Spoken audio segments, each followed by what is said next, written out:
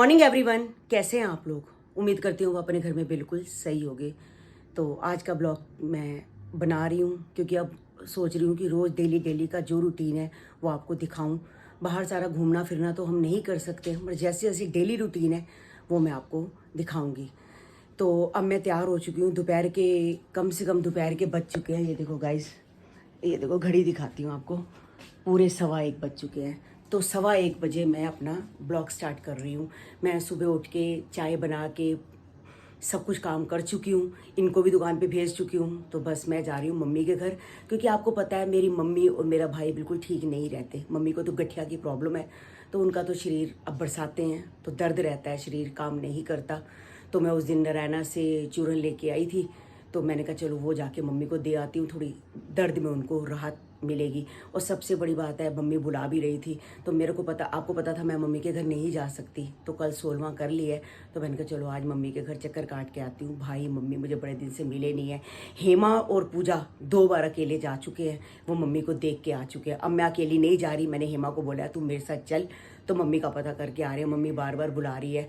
कल mummy phone पे भी कह रही थी कि ललिता तू आजा, मिल जा, दीपू भी उदास है तेरे बिना। तो बस मैं अपनी मम्मी से अब मिलने के लिए जा रही हूँ। तो मैंने इनके लिए रोटी बना दी है और दाल भी बना दी है, तो वही दाल रात को भी काम आ जाएगी, बनी पड़ी होगी। तो बस मैंने कहा मैं तैयार हो गई हूँ, तो मैं मम्मी के घर जा रही हूँ। मैं कहा थोड़ा मिल आती हूँ, मम्मी भी उदास है।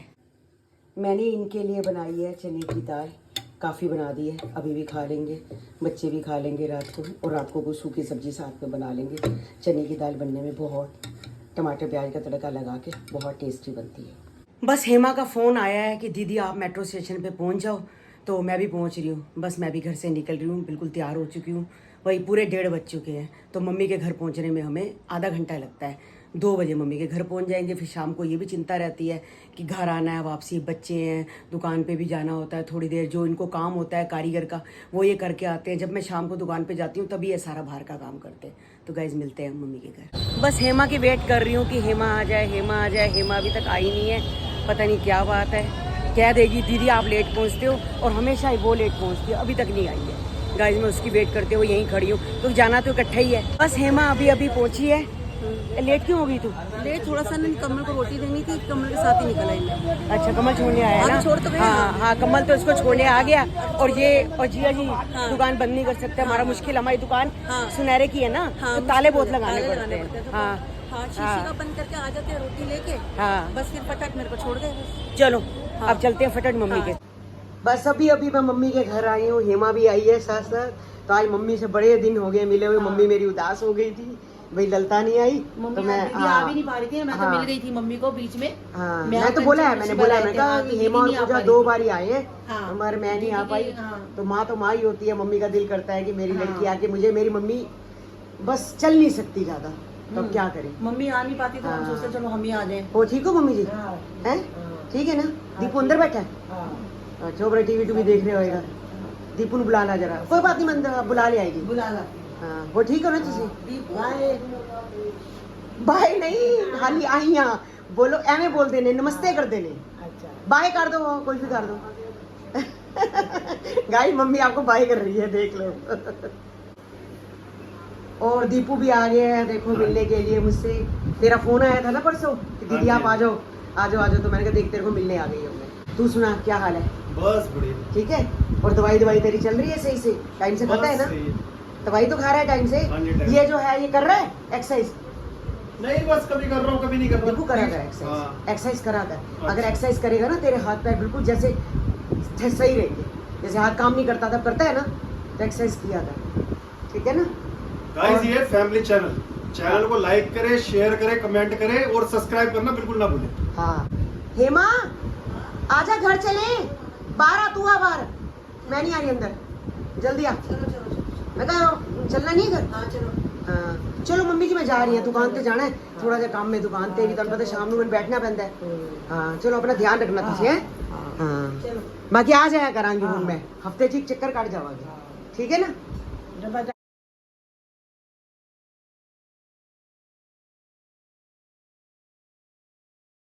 बस अभी अभी मैं घर आई हूँ, पहले दुकान पे चली गई थी सीधा, तो मेट्रो से सीधा रिक्शा किया मैंने अपने घर का, और हेमा ने किया अपने घर का। वो अपने घर चली गई और मैं अपने घर आ गई। अपने घर नहीं गई, शॉप पे गई। शॉप पे आधा घंटा बैठी आराम से, उसके बाद मैं अब घर आई हूँ।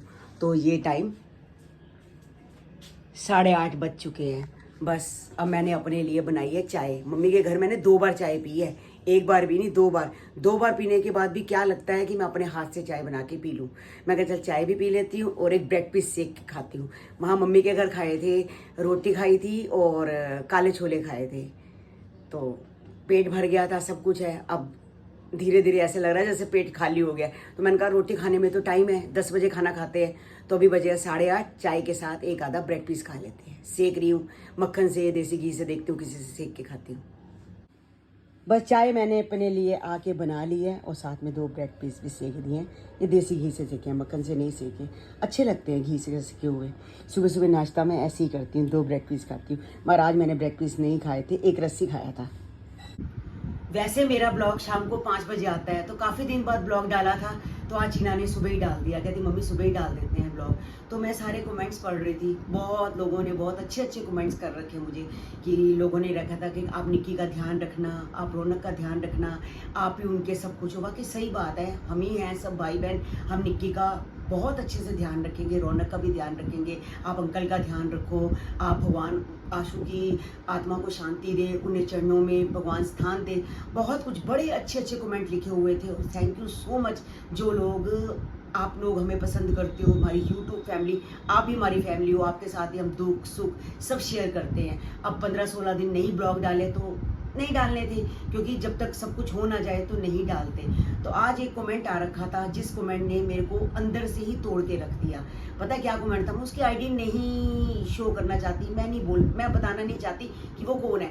इसलिए नहीं बताना चाहती कि जो मेरे को अंदर से मैं टूट गई हूँ, तो हो सकता है आप लोगों को भी बुरा लगेगा, आप लोग उसको गालियाँ निकालोगे, आप लोग उसके बारे में बोलोगे, तो मैं नहीं चाहती। कमेंट आया था कि आंटी जी आपने ब्लॉग डाला है, अगर चीना मर जाती, कन्नू मर जाता या आपके हस्बैंड मर जाते, तो आप 16 दिन के बाद ब्लॉग डालते? आप मुझे रिप्लाई जरूर करना और इस बात का जरूर जवाब देना। तो जो भी जिन्होंने भी मुझे ये कमेंट किया है वो सुन रहे होंगे, मैं स्क्रीनशॉट नहीं डाल सकती, मुझे अच्छा नहीं लग रहा, तो वो मेरा सुन रहे होंगे। तो पहली बात मैं आपको ये कहना चाहती हूँ कि क्या काम रुकता है? 16 दिन मैंने ब्लॉग नहीं बनाए, क्या आशु वापसी आ गया? नहीं आया। जिस दिन किसी की डेथ होती है, संस्कार करके आते हैं, आते ही सबसे पहले रोटी आती है, सब रोटी खाते हैं। किसने रोटी नहीं खाई? मैंने नहीं खाई, इन्होंने नहीं खाई, निक्की ने नहीं खाई, रौनक ने नहीं खाई। कभी भी इंसान जाता है उसके साथ कोई चला नहीं जाता, मगर दुख हमेशा रहता है। आंसू की यादें हैं हमारे दिल में है। हमारे घर में 2 मौतें हो चुकी हैं 6 महीने में। ये जिसने भी मुझे कमेंट किया वो ये चाहते हैं कि अब और मौत हो। मतलब कि मुझे खुद समझ नहीं आ रही कि उन्होंने कैसे लिखा है। और बिल्कुल पूरे के पूरे बंदे की कन्नू मर जाए, चीना मर जाए, हस्बैंड मर जाए, आप डालोगे। अगर मैंने ब्लॉग डाला है, कौन सा मैंने ब्लॉग में डांस किया है? कौन सा मैंने कोई किसी की शादी पार्टी पे गई हूँ? कौन सा मैं कोई रील्स बना रही हूँ, कुछ कर रही हूँ? धीरे धीरे हमें तो ब्लॉग बनाने पड़ेंगे ना, ये हमारा काम है। क्या मेरे हस्बैंड दुकान पर नहीं गए? 4 दिन के बाद मेरे हस्बैंड दुकान पे गए, ऊपर अमन दुकान पे गया, गोल्डी दुकान पे गया। ये लोग अगर दुकान पे नहीं जाएंगे तो कैसे चलेगा? जाने वाला चला जाता है, क्या उसके साथ सब कुछ चला जाता है? कौन क्या होता है? अगर मैंने ब्लॉग बना भी दिया तो क्या हो गया? सब दुनिया बना रही है, 16 दिन में बना दिया, तो ये शोभा देता है आपको ऐसी बात कहते हुए? सबसे पहली बात तो मैं आपसे ये कहना चाहती हूँ, मेरे को पहले अनसब्सक्राइब करो। मुझे ऐसे सब्सक्राइबर नहीं चाहिए जो हमारे को मारे, मेरी फैमिली को मारे। आपको नहीं पता किसके घर से जब कोई बंदा जाता है कितना दुख होता है। हमारे घर से आशु गया, हमें पता है कि हमें कितना दुख है। तो आप लोग क्यों नहीं इस बात को, ताकि उनको समझ ही नहीं आती है। कितना गंदा कमेंट किया। आप मुझे गाइस बिल्कुल बताना कि क्या उन्होंने कमेंट अच्छा किया है? ऐसे बोलना चाहिए। अगर आप किसी को अच्छा नहीं बोल सकते, बुरा क्यों बोल रहे हो? आप ऐसे भी बोल सकते थे कि आंटी जी अभी आशु को 16 दिन हुए हैं, आप अभी ब्लॉग मत बनाओ। तो ये बात समझ आती है। ये समझाने की क्या जरूरत है कि चीना मर जाए, कन्नू मर जाए, आपके हस्बैंड मर जाए, आप ब्लॉग बनाओगे? तो क्या मैं क्या करूँगी बताओ? आप मुझे बताना कि आज नहीं चलो ब्लॉग बनाऊंगी या नहीं बनाऊंगी, ये बात की समस्या है, क्या होगा? तो अभी हमारे घर से 2 मौतें हुई हैं 6 महीने के अंदर, तो क्या आपको कितनी मौतें चाहिए? आपको शर्म आनी चाहिए, शर्म आनी चाहिए आपको। ये वाली बात कहते हुए भी गलत बात किसी को मत बोलो। आज मेरा आपने दिल दुखाया है ना, किसी और का दिल मत दुखाना। जब किसी के घर से कोई मरता है ना, उसको पता होता है। बस मैं हाथ जोड़ के यही विनती करती हूँ कि दोबारा कभी किसी ऐसे कमेंट मत करना। ये देखो पूछी कैसे मेरी गोदी में आके बैठी है। बेबसी हो गई इसको। बेबसाई हो गया कि मेरी माँ सुबह से गई हुई थी, गई 1 बजे हूँ हाँ, और 8 साढ़े 8 आ गई थी वापसी कि दोबारा ना जाए। हाँ, तो ये दोबारा ना कहीं चले जाए। मेरी माँ पहले मैं इसकी गोदी में बैठ जाऊँ। बेबसी हो गई देखो इसको। बेबसी होती है आते ही सबसे पहले। ऐसे एक ना कमेंट और आ रखा था, एक नहीं 3-4 आ काफी आए हुए रखे थे। थे, काफी आए हुए थे कि आप रौनक को ब्लॉगिंग मत कराना, इसको पढ़ाना लिखाना, इसको कोर्स कराना। आप बिल्कुल सही बात कह रहे हो। मैं बच्चे का जो माइंड है बिल्कुल ब्लॉगिंग में नहीं करवाऊंगी। मैं चाहती हूँ अभी 9th क्लास में 4 साल है, ये 12वीं पास कर ले, उसके बाद कॉलेज जाएगा या कोर्स करेगा, जो करेगा बच्चा हम उसको अपन करवाएंगे। कन्नू और रौनक दोनों सेम है, तो जो भी कोर्स करेगा हम उसको करवाएंगे, पढ़ाएंगे, लिखाएंगे। ये जॉब करेगा या किसी शॉप पे जाएगा या अपनी शॉप करेगा, जो भी करेगा वक्त बताएगा, मगर जो बच्चा करेगा हम जरूर उसको करवाएंगे।